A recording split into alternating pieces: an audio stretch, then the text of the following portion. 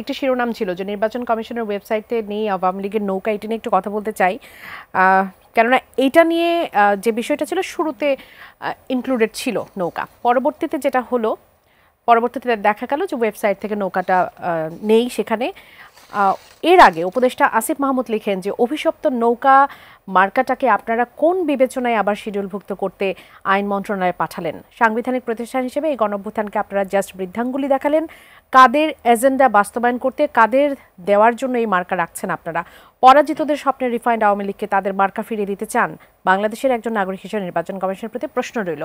এই প্রশ্নের পর আমরা আসলে সেটি ইসি কেন এই সিদ্ধান্ত নিতে এরকম গড়িমসি করলো, আপনার কাছে কি মনে হয়? নির্বাচন কমিশনের ওয়েবসাইটে যতগুলি নিবন্ধিত রাজনৈতিক দল আছে সবগুলির একটা তালিকা আছে।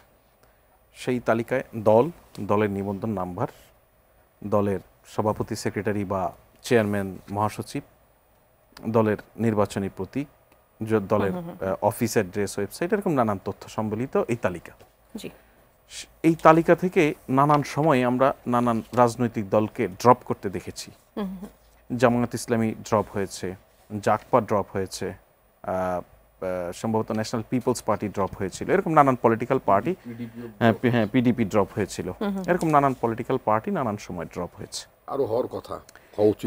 একই সঙ্গে যখন পার্টিগুলি ড্রপ হয়, কেন ড্রপ হয়? তার কোনো কারণে নিবন্ধন বাতিল, নিবন্ধন স্থগিত, কার্যক্রম স্থগিত, এই ধরনের প্রক্রিয়ার কারণে।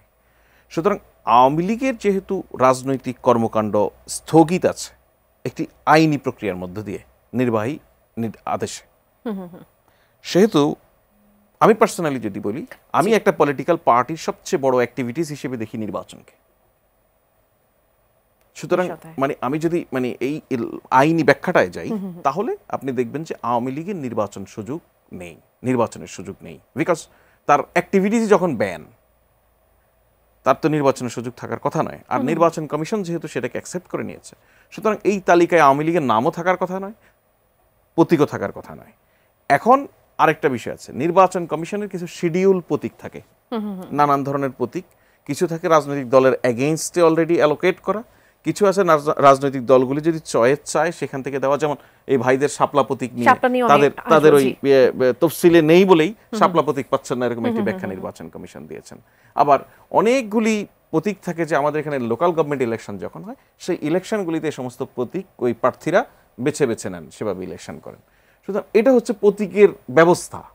এই ব্যবস্থায় আওয়ামী লীগ যখন নির্বাচনের জন্য এক্সিস্ট করে না, সেক্ষেত্রে আওয়ামী লীগের প্রতীক এক্সিস্ট করার একেবারে না থাকতো সেটা নিয়ে আসলে হয়তো মনে হয় না প্রশ্নটা আসতো, যেহেতু একবার থেকে তারপরে সেটি একজন উপদেষ্টার পোস্টের প্রেক্ষিতে। এটাকে আমি ইলেকশন কমিশনের ওয়েবসাইট আপডেটের একটা প্রক্রিয়া হিসেবে। অসংখ্য ধন্যবাদ।